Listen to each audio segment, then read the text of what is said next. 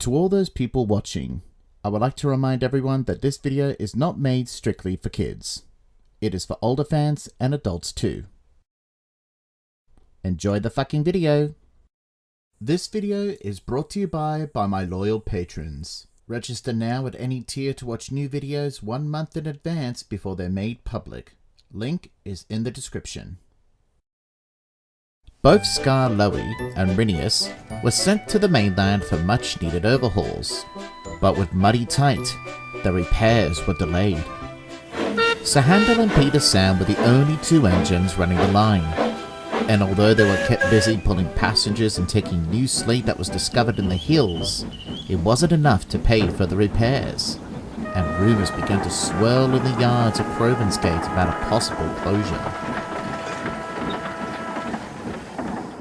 Oh dear, we've only just gotten here.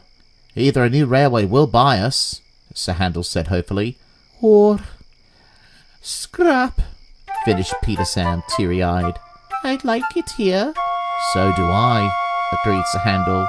I hope the thing controller finds a way. It had even reached the ears of a couple who were about to enjoy a picnic. We should do something, said the husband. We should make a film about it, to show the world this little railway's charm. That's a great idea, smiled his wife. Let's talk to the man in charge after we eat. After their picnic, they boarded onto Peter Sam's train and made their way to Gate to meet the thing controller. If you ever visit the island of Sodor and are interested in the stories of the various railways, then you should visit the Railway Archives. It's a treasure trove of stories over the years with all the engines across the island of Sodor, big or small. Let's take a look at all the stories that are a blast from the past.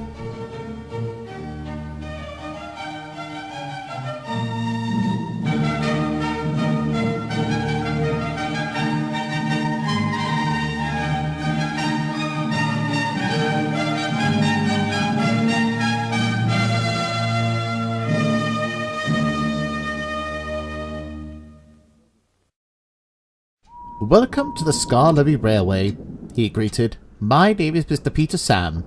I'm the controller. My name is David Carson, he greeted. And this is my wife Marge. We're here on holiday and couldn't help but admire your little railway. We heard that it's struggling and wanted to help. Would it be possible for us to film your engines? By all means, replied the thing controller brightly. Yes, it would be wonderful to have the engines on the big screen and give us more exposure. But I must say they can be a bit of a handful. Imperfections make great stories, David assured the thing controller. It's what makes a railway feel alive. People will love it. So the thing controller agreed. Peter Sam caught wind of it too. We're going to be in a film, bubbled Peter Sam happily. That will surely help us. The more people who see it, the more visitors we'll be getting. We should wow them with speed and efficiency, Sir Handel insisted. No, Peter Sam countered. They want to see us as we are. Honest and real. Sir Handel scoffed. People come for a show, Peter Sam. No one's impressed by old tracks and clumsy engines, argued Sir Handel crossly.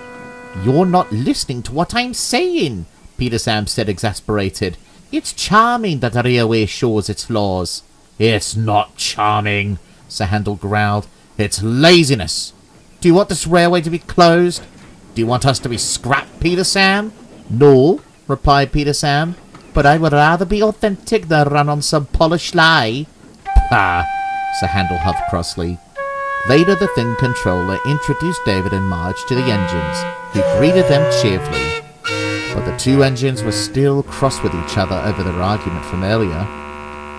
The next day, David, his wife and a film crew came into the yards on Algie the bus, packed with equipment to film the railway. Right, team, said David. We're here to show the world why this railway is so charming and special. Not just engines, but the staff and workmen here too. Please go around and start filming whatever you can. Right, replied the crew. And so they went around the yard and captured mundane things like servicing the engines and coaches. But they also capture some quirky moments.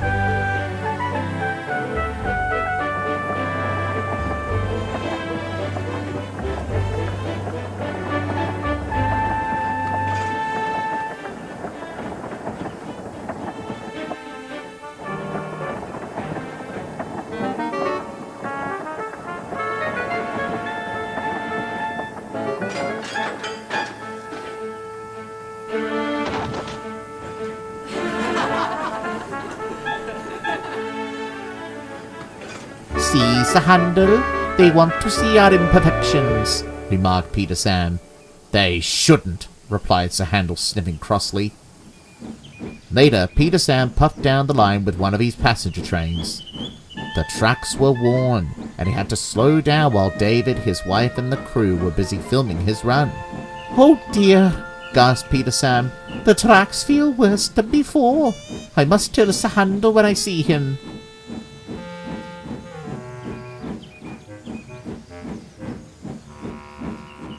Up ahead, Sir Handel was waiting impatiently for Peter Sam, with steam hissing crossly from his cylinders.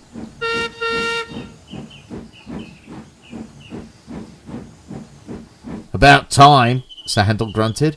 I'm sorry, Sir Handel, Peter Sam apologized, and explained about the track's condition. You should be careful. You might fall off, he finished.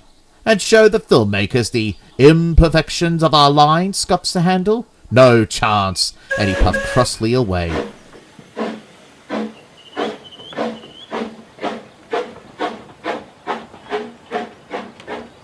Ugh, Peter Sam groaned. Meanwhile, Marge and another member of the film crew were filming more of Sir Handel. Marge was filming in his cab, while some of the camera crew were filming beside the line. He was determined to wow the director, but his driver wouldn't let him. Come on, driver, he argued. I'll be careful when we run at speed. No, replied his driver crossly. We have passengers and we can't do any harm. Oh, the track is not that bad, argued the stubborn tank engine. Just come on. No, repeated his driver. But the back and forth resulted in the driver losing sight of Sir Handel's speed. Driver, called Marge, I think we might be going too fast. The driver heard her and was about to slow him down, but in the end, Sir Handel was derailed. Luckily, no one was hurt. Well, that's torn it, groaned the driver crossly.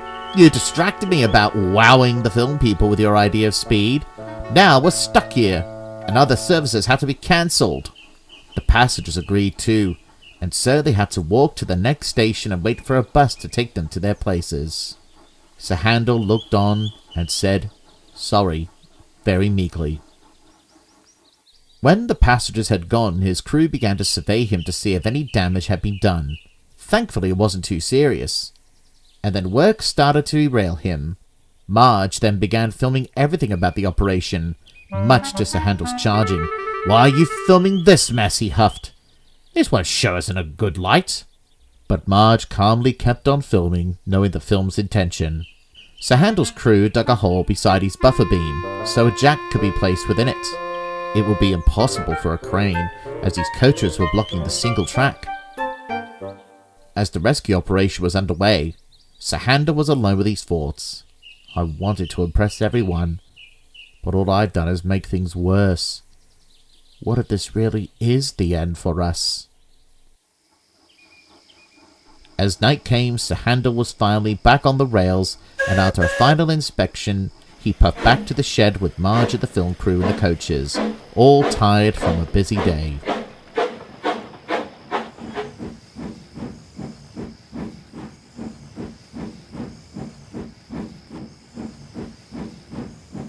The two engines both exchanged sad looks when Sir Handel arrived at the sheds. This feels like the end, he sighed. How is it the end? Replied a voice. It was the thing controller, who was with David and Marge. Then the two engines mentioned the rumours. I'm not closing the railway down, replied the thing controller, chuckling. You're not? Replied the two engines. So did David and Marge. No, he answered. You shouldn't be listening to rumours that offer no ground. Slate deliveries are doing well, but they're not enough to keep the railway afloat. And passenger numbers aren't doing well because, well, we hadn't got much to offer for tourists, as well as the condition of the track. I'm trying to find ways to bring more people here, and I hope that this film will help, despite our setbacks. But, from what I heard, you two were arguing that the film needs to show efficiency or show its heart. But you are both correct, he smiled. A railway needs both. That's what makes us special. Peter Sam and Sir Handel were relieved that the line wasn't on the verge of closing, and both apologized for their argument.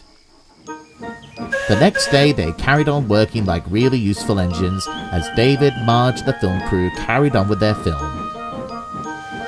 When they had finished, a special wrap party was held at the sheds. "Cheers to the little railway with a big heart," said Marge. "Hear, hear," everyone chimed. As the party carried on, Peter Sam asked, "What's next for you two?" David smiled with a glint of excitement in his eyes. "Well, we got word during filming that the Archaeological Society had made the discovery of Sir Harold's epic poetry book at the ruins of Ulstead Castle. The society members had even translated a part of the poem that says he may have spent his time at a lake he called his secret sanctuary." "We have a lake," said Peter Sam excitedly. "Maybe that might increase the railway's success." Sir Handel chuckled. "I think we already got something to help us with that, Peter Sam." "I know," replied Peter Sam, "but you never know." The film did help the railway, but not quite anyone had expected. It took years to finish, and by then the secret sanctuary that was mentioned in Sir Harold's book turned out to be about Skarloey Lake. That revelation sparked public fascination. Before long, visitors were arriving in droves, securing a bright future for the little railway. But no one had forgotten about David and Marge's film, and even today it brought more passengers to see the little railway with a big heart, just as it did all those years ago.